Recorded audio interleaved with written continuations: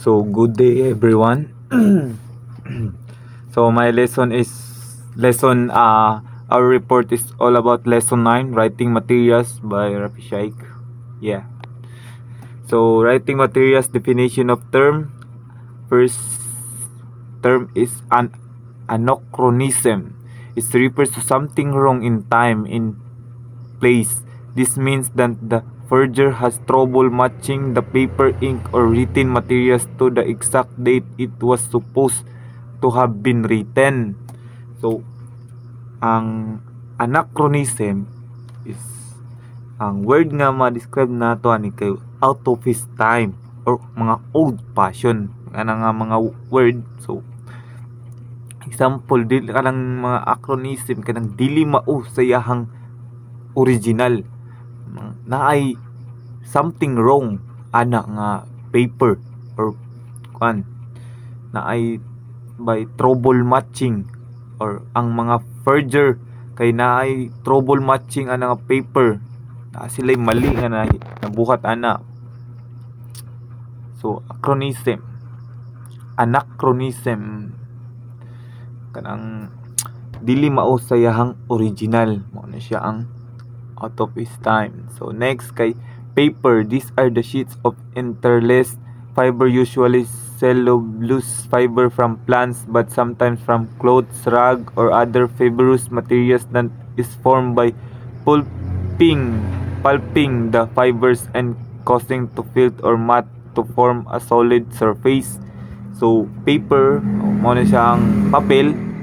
The word itself papel ginatsulatan og mga document sometimes is made up of mga plants, clothes, or rugs ana mga dagag mga kan nga murag ma-transform siya sa solid surface. So mo na ang resulta papers. So gikan siya sa mga plants, gihimo siyang kuan na siya mga process nga ibuhat mo nang nahimo siyang paper. So next kay watermarks. So watermarks, certain paper are marked with translucent design. A watermarks impressed during the course of their manufacture.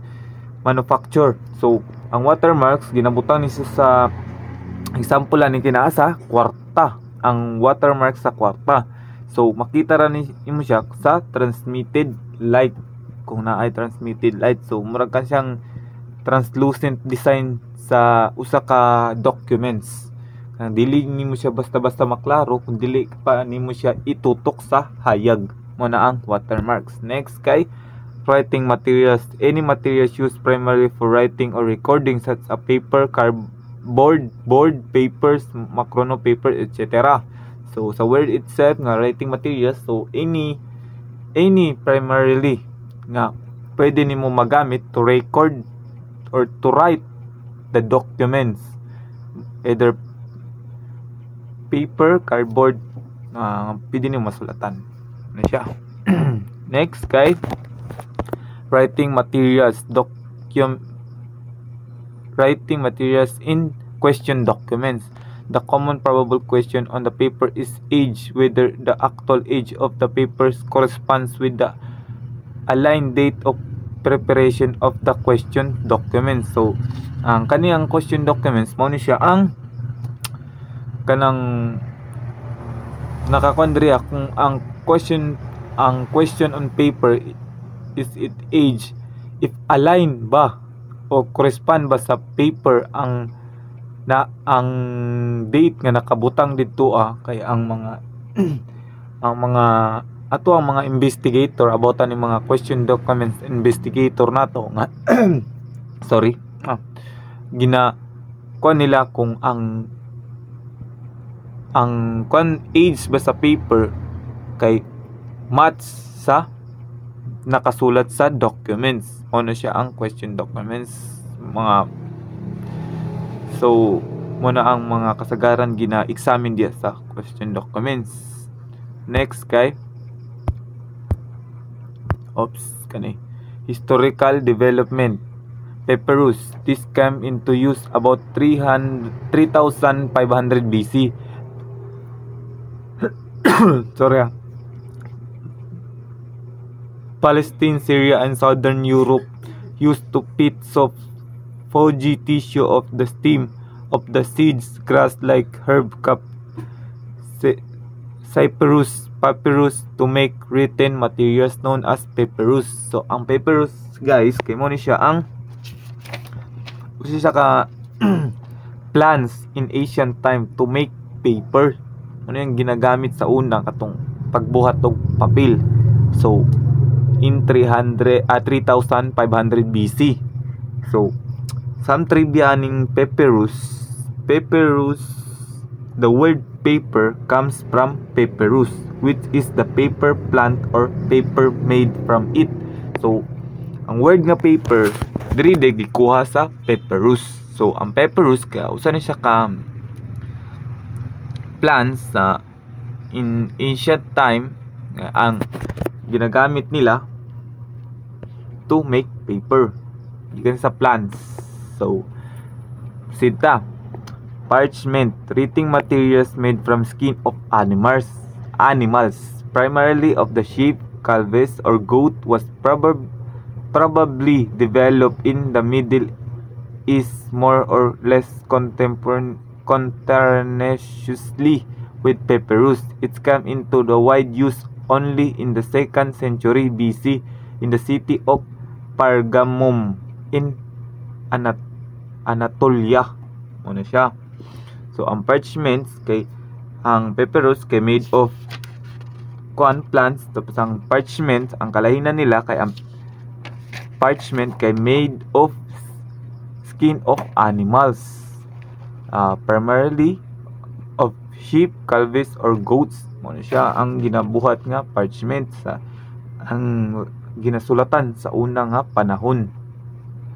So sa unang 2nd century BC ang ginagamit nila nga writing materials kay ang skin of animals. So next kay vellum, written materials from fine skin from young calves or kids, and the term name was often used for all kinds of parchment manuscript. It's become the most important writing materials for bookmaking, while parchment continue for special manuscript. Almost every portable surface that would retain the marks of brass or pen was also used as written materials during the early period. So ang kalainan langan ni volume kay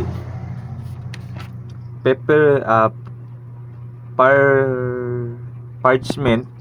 Si parchment kay mostly siya sa skin of animals. So si volume kay sa finer quality parchment is made from the skin of young animals such as lambs and young calves. So mo ni siya mga bata pa nga animals. So mura siya kanang high quality sa parchment. So same gapon sila. So watermarks examination. Definition is a term for a figure or design incorporated into paper during its manuscript and appearing lighter than the rest of the shades when viewed in transmitted light. So ang watermarks daw kana makita ra nimo siya if gamitan nimo siya og transmitted light. Mo ni siya ang watermarks. So next kay how watermark is made. So watermarks made when the semi-fluid paper pulp mixture of the cotton or other fiber was being drained on a grid of lead, warm and chain woof wire. Fine wires forming the desired design were tied on top of the grid and impressed into the pulp. This impression made the paper thinner and therefore more transparent where it appeared. So daghan kay mga kuan sa pagbuhat sa watermarks, pero ang sa ko na try sa pagbuhat sa watermarks kay ang bond paper sa kuan sa kung try lang ang butan kung effective ba ning nasa definition or inani good kinahanglan siya diri. So ako na try lang pagbuhat sa watermarks based sa YouTube mo gitanaw. So kato nagbase na ko dito katong bond paper gibasa gikuha siya sa water, gilublob sa water, then gikuha na ako, then gibutan ako sa surface kanang flat surface, tapos patungan ako dry bond paper, tapos nagsulat ko dito sa dry bond paper, tapos pagkakuan gikuha na ko tong dry bond paper, tapos nakita na nako ang watermarks dito. So other process to, tapos gipauga na ako tong bond paper, then so nawala ang murag watermarks dito, di na siya maklaro. Pero kung iloblob niyo sa tubig balik, tapos tanawon nimo siya sa transmitted light, mo balik ang makita nimo ang watermarks dito sa bond paper nga na dry na siya. So next kay origin. Watermarks first appeared on paper produced in Italy around 1270, less than 100 years after the art of paper making was introduced to Europe by Muslim from Middle East. So ang watermarks daw kay ang watermark nag-origin siya sa Italy around 1270. So less than 100 years after the art of paper making was introduced to Europe by Muslim.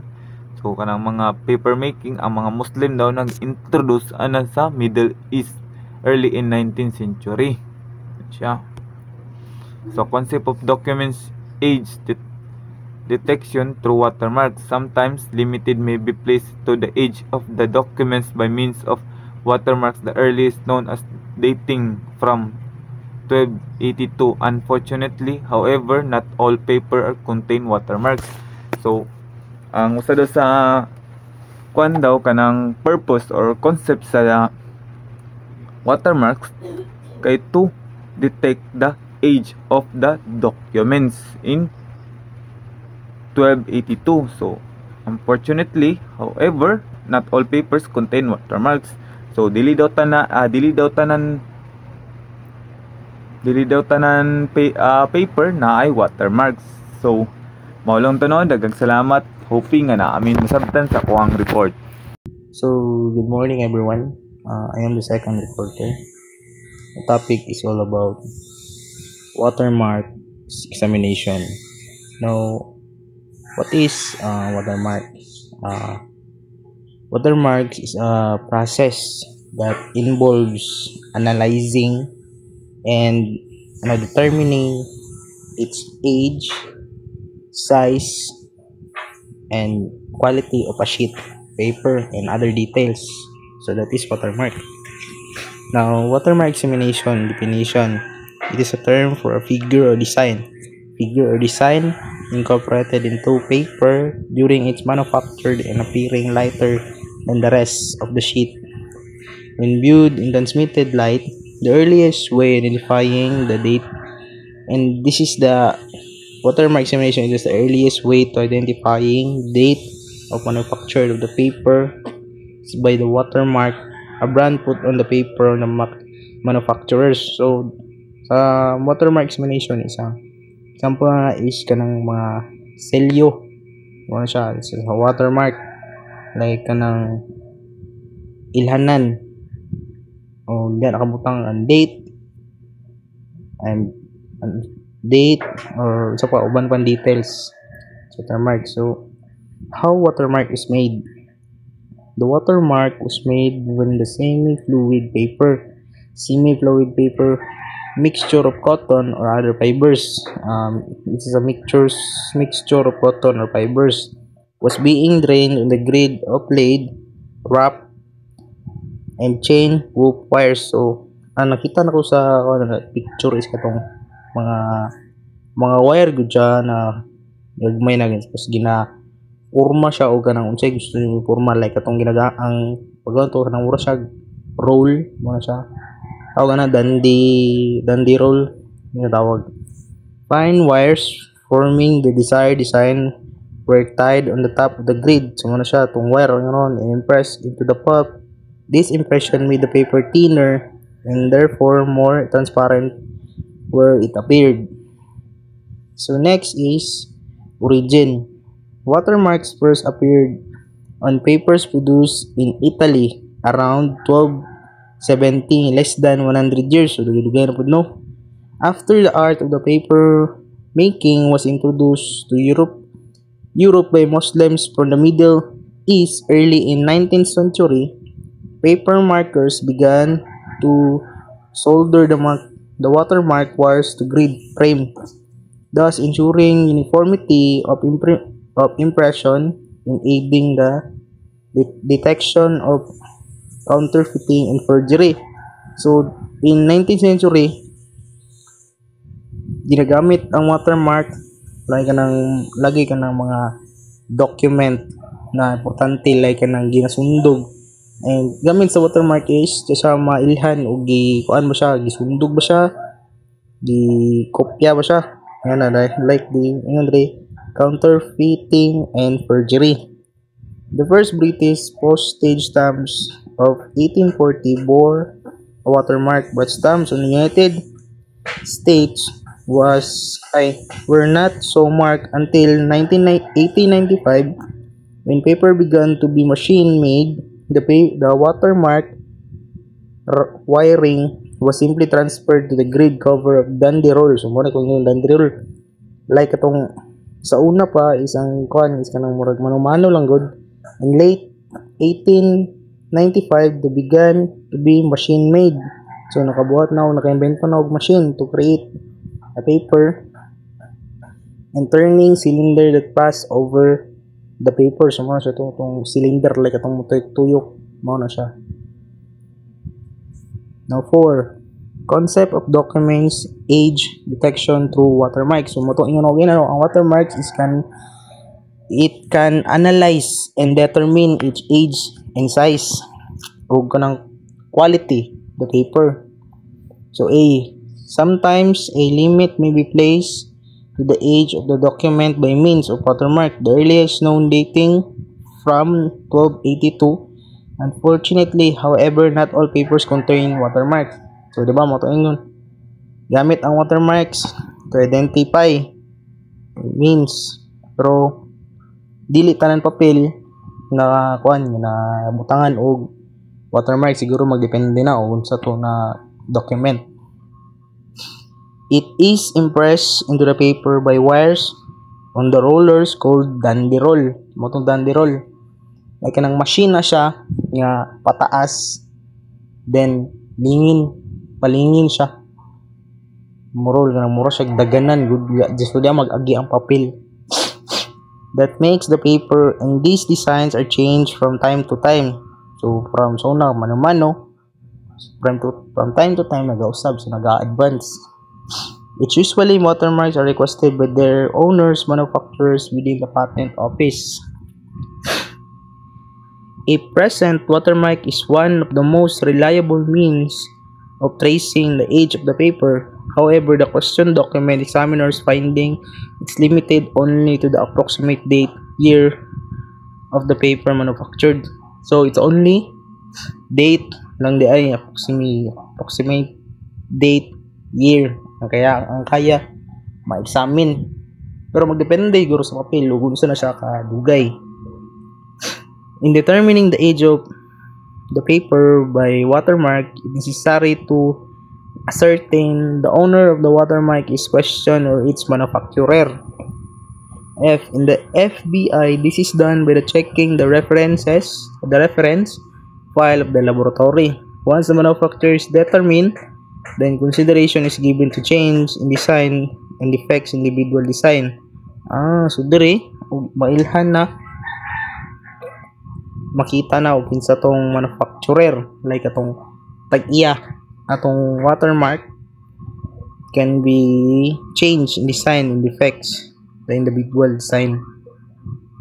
In recent years, some large manufacturers have cleverly incorporated inconspicuous change in their watermark design in order to date their product. So from time to time nagausab ang ilahang mga design silang watermark na mga changes na mga nahitabo. So obviously document is fraud if it contain a watermark that was not in existence at the time the document purports to have been executed. So number 5, in case the watermark did not change, the following is applied. Consider any defect in the individual design may furnish a clue as to the age of the paper. The danderol, through constant usage, will somehow be damaged. This damage is also known as caused by wear and tear, which becomes progressively more and more as time goes by. So, nagadugay ang papel is mas naga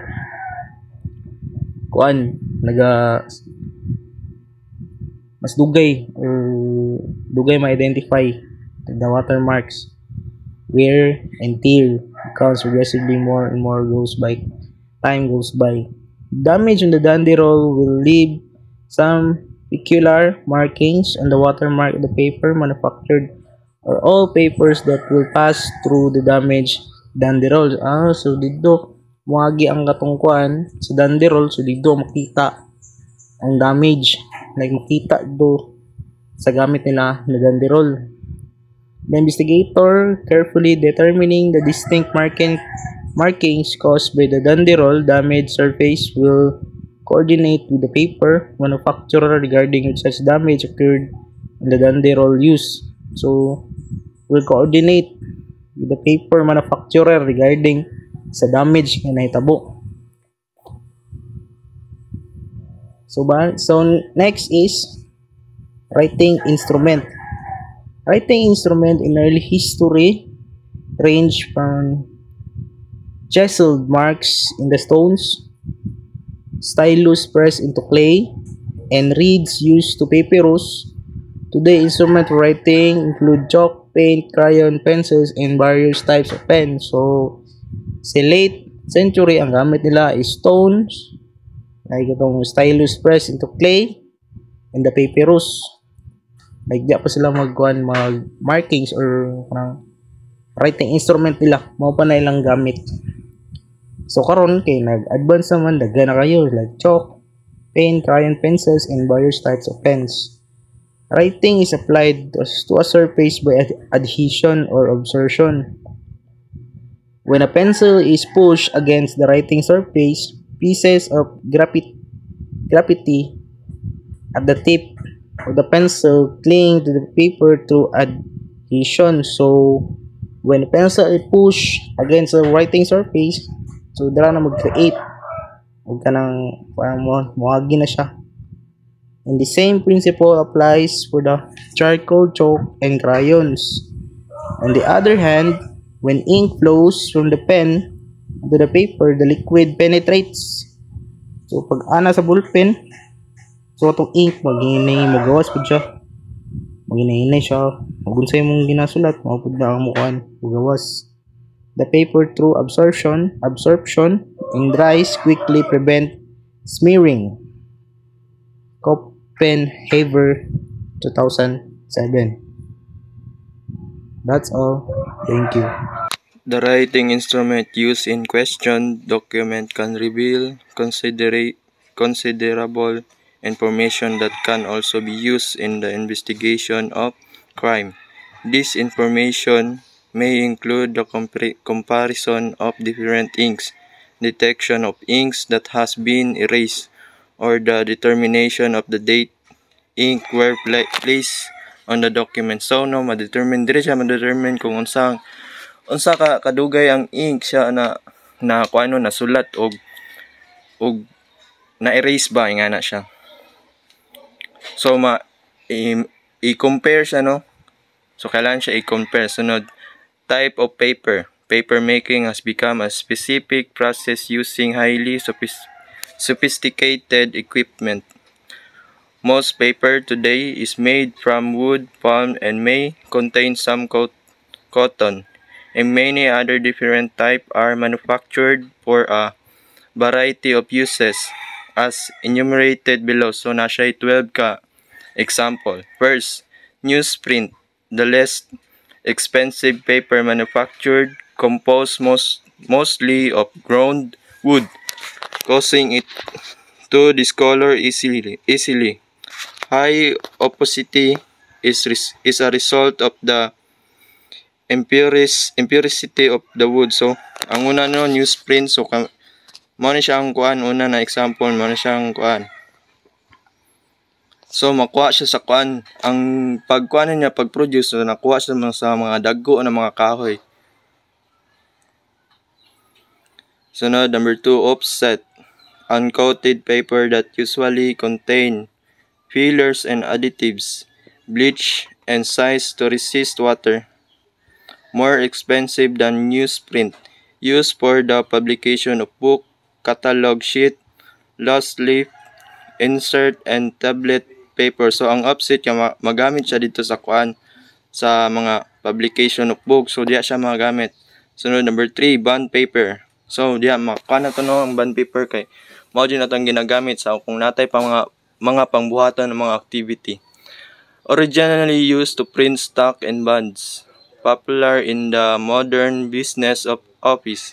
The higher the rag content, the more expensive the paper. So na magadepende gyapon noon sa siya kakuan ng ang bond paper kay lahi siya presyo. So kung lahi siya presyo na siya kakuan ganing prasa ning naibaga na bond paper. So nagadepende gyapon siya. Number 4, lightweight uncoated paper. Example is the onion skin, which comes in smooth or crackle finishes and snap out form, which are frequently made with manifold paper made from wood fiber. Another example is Bible paper. So ang lightweight so kadalasan sa nagagamit sa mga kuan kaning Bible paper. Sunod, specialty paper includes our carbonless paper, which is coated on both sides to transfer data from one page to another. Contains specially finishes that must come in contact with each other to transfer the writing or typing to the subsequent page. So ang example lang ni siya kay kuan murag magamit ni sa kuan pop sa atong paper bill. So makita mo kay kuanin mo sa hayag ang paper bill na to kay makita tong mga hidden na mga nakabutang sa kwarta. Sunod, gum papers used primarily for label cord proof.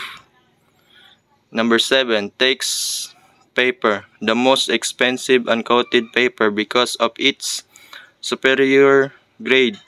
Comes in an antique vellum or smooth finishes, used for promotion pieces, invitation, greeting cards. So mao siyang mahal kay kuano kaning ginagamit siya sa kadalasan ra siya magamit para sa nang invitation card. So mao na siya no.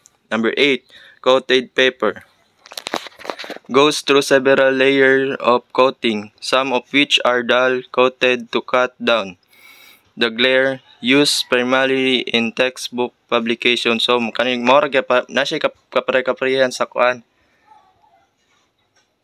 kay maggamit man gyapon siya kuan pag publish gyapon sa textbook application. Number 9, Bristol, used to make index card in tag paper, which is used for file folder strength. It is its most important feature. So kani siya kay magamit siya sa tong index card. So makita natin siya sa mga index card do. Craft paper, coarse, unbleached, heavy paper noted for strength, used for paper bag, package wrapping, and corrugated boxes. So makita niyo sa tong mga kuan kay kusgan siya ng papel. So ginagamit siya sa mga prasaning paper bag kay pwede na ito sa sudlan sa itong mga gamit. Number 11, Tevik, new kind of paper strengthened with plastic filaments, repel-moss ink, principally used in the manufacture of large mailing envelope. So no, kaya siya na siya kuan na siya isagol plastic. So number 12, safety paper designed to reveal alterations, used principally for checks. Safety paper are printed with fugitive inks or invisible ink that develop a strong color, which when treated with ink eradicator. For example, the word void appears when ink eradication solution are applied to the paper. The word void also appears in photocopies of some modern safety paper. Another security feature of safety paper are invisible fluorescent design that can only be revealed through fluorescent light. So, kung kani siya no kay matawag yung safety no kay di man siya makita sulatanin mo siya di siya makita dihara siya makita maabot niyan siya fluorescent light. Good day everyone, my name is Don Bifty Suryako. Today I will going to discuss the property of paper. So another factor consideration is examine document is a property of the paper which help determine how the paper is used by Kappenhaber 2007. So first is weight.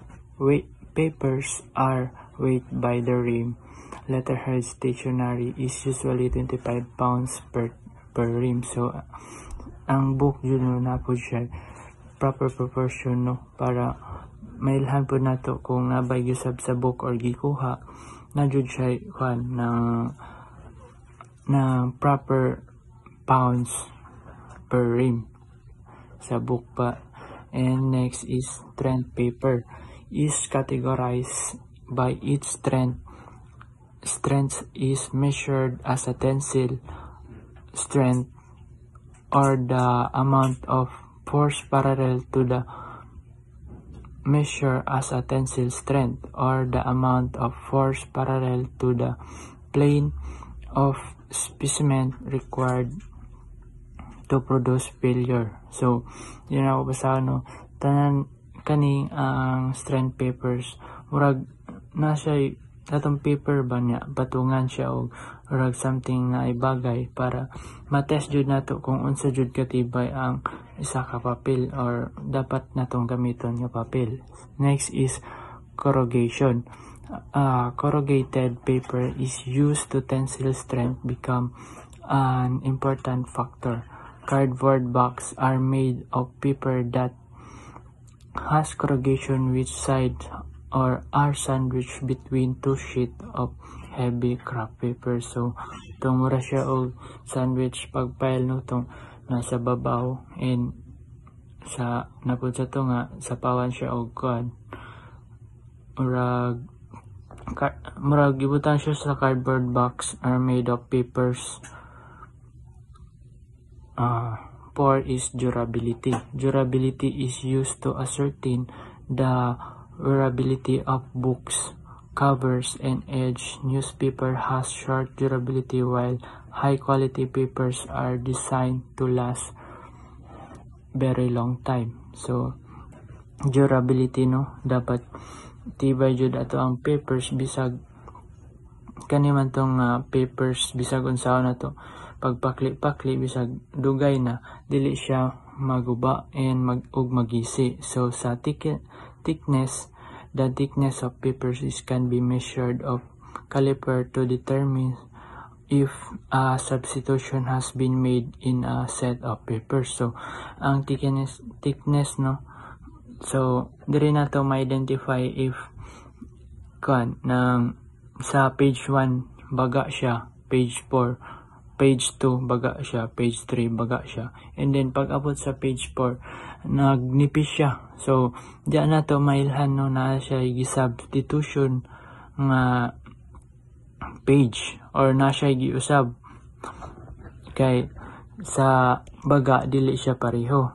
And sa finish number 6 naman, finish paper. Finish is include coat or uncoated, dull or shiny, smooth and raw and glare proof. They add brightness and opacity. So kani ang finish paper no katunang itong same na sila og thickness and shine itong finished product na jud niya. So other properties include water absorbability, resistant and repelling, and ink absorption. So paper may also be stiff or limp or soil resistant. Is forensic document examiner need to know this, the property to aid and identification of paper when question arise about in document case. So dapat kani jud no gina-focusan nato sa kabalo jud ang mga forensic document examiner ani kung unsay mga dapat buhaton nila. So move ta sa discoloration, no? One way of tracing age of paper is to the observance of change in its physical characteristic, particular discoloration, environment factors such as moisture, temperature, dust, and etc. In case of papers, wood, pulp, they start discolor of age from 2 to 3 years. So 2 to 3 years na jud siya discoloration of no sa 2 to 3 years ang papers. So ang discoloration, no, kanito ang mga nangadugay na and iba na ilang color sa papers. So di man jud nato maiwasan kanang mga dust, moist, and kana ang mga sanhi para tukod naging ang papers naging mukhang luma. So cause of discoloration, so kanitong mga cause of discoloration, no, due process of oxidation about by natural means. So by the brown spot due mold, that very obvious characteristic both in appearance and distribution. So nalud siya mga brown spot, kita ka ng mga daan na mga libro na siya mga katong brown tungod na to sa moist na nadugay siya, nag-iba na iyang color. So 3 is exposure to dust and dirt. So kanipod ang dust kaning abog makakumpod na siya, maka-discoloration sa ato ang papers. Dapat i-preserve jud na tarong if mga importante man na mga documents. So occasional staining and fruit juice grease. So 5 is excrete and rats, mice, and other insects. So kaniman tong mga rats, no, mice and other insect, kanipod usay kaning mga rats ginapaak nila, mga mice or insect usay mga cockroach maipit dito nya katungkan sa cockroach tungurag dugo tubig sa cockroach kay mabutang dito sa murag koloran na po siya og brown if madugay siya. Also due to heat, partial burning. So katong mga nasunog na papers na kansa sa init. 6 is also due to heat, partial burning, or examination of paper. Invaluable information can be obtained when paper is tested in the laboratory. These techniques can provide a useful guidance in the investigation of crime. Some of the tests can be performed without causing damage to the document, but others require the removal and destruction of a small part of the piece of paper. So first is the non-destructive test. A forensic document examiner can reveal one type of paper from another through simple and direct observation and measurement. Differences can be detected by observing the color, shape, size, and thickness of the sheet. The watermark and laid marks from the dandy roll and pattern produced by frame and the appearance of the surface, which may be evenly colored or mold. or mottle. Fluorescence can be also used as a non-destructive test to the paper. David Allen explains this phenomenon and its effect under the ultraviolet and infrared radiation below. When light falls on the certain compounds and absorbed, it excites the radiation to a higher wavelength. This is described as a luminescence.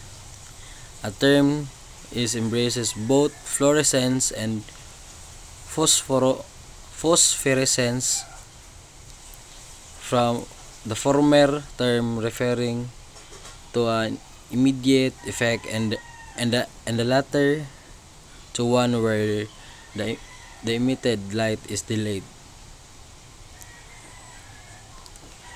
So mo to siya ang first no sa non-destructive. Then the second is destructive test. Destructive tests can be carried out if a small amount of the paper can be removed and used as a sample. Although the document should remain undamaged, and as much as possible performing these tests are necessary to gain important information.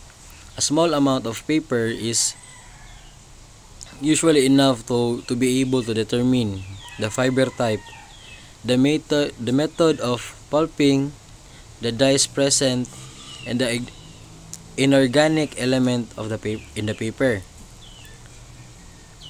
One such test is a fiber furnish, a microscopic examination that enables the determination of the different varieties of fiber, such as cotton, grasses, and straw. The scanning electron microscope can be used to determine the elemental composition of the paper, while the X-ray diffraction can be used to identify the materials used for the surface coating. Thin layer of chromatography and absorption spectroscopy can also be applied in the dyes in the paper. So mo to siya ang sa non-destructive test. So ang next is the pencils. Pencils are typically made with graphite mixed with varying amounts of clay or other fillers. Colored pencils or crayons are made of wax and colored pigments. They are rarely the subject of forensic investigation because most documents nowadays used ink. So, common mo siya nga. Karon yun nga mga panahon, kay ink na yun yung ginagamit. So, graphite particles from pencils do not penetrate in writing the surface, which make them removable by pressure from the rubber eraser. So, ang pencil no kay, di ba, ma-erase na to iyang agi through rubbing the rubber eraser sa dulo. Then, although small amounts of graphite or wax are present in the paper, there is most likely adequate material to distinguish between different products. When writing is erased, traces of the graphite can be detected by increasing the contrast between their absorption of the light and that of the paper. So, other ways to detect what was erased include photography using appropriate filters allowing infrared to pass electronic means of detection, and the computer-based image enhancement methods. So, based kang Allen 2006. So, muna siya ang sunod, ink. Ink is the most commonly used writing materials, typically used as ballpoint o sa itong ballpen, liquid printing, and typewriting inks. It is made by incorporating a number of dye substances into carrier instrument ink compositions. Ink composition vary, but their colored components contain the following basic substances: Base Kang, Telston, Savage, and Clark 2006. So, natay 5 ka klase. So, the first one is the India ink. A suspension of a carbon black in a binder solution. Mo siya ang oldest form of ink, the most permanent of all inks color. So, second is the logwood ink. The main color ingredients are hematoxylin and potassium chromate. Chromate? Basta mo na siya. Then, third is the iron galotinate ink. So, it is composed of tannic acid, gallic acid, ferrosulfate, and the aniline-based dye. Penetrates and reacts with paper fibers and the basis form many commercial writing inks. So, the fourth is Negrusin ink, or amot sa akong pagbasa kay Negrusin ink. So, a nearly black dye ink made from reacting aniline and nitrobenzene, now used frequently due to its water solubility and weathering effects. So, the last one is the dye inks. Dye inks is composed of a basic acidic or neutral organic dye derived mainly from coal tar or petroleum, which are the main sources of color in most inks. Can be readily removed from an ink mark and the colors separated by thin layer of chromatography. So, that's all for my part. Thank you.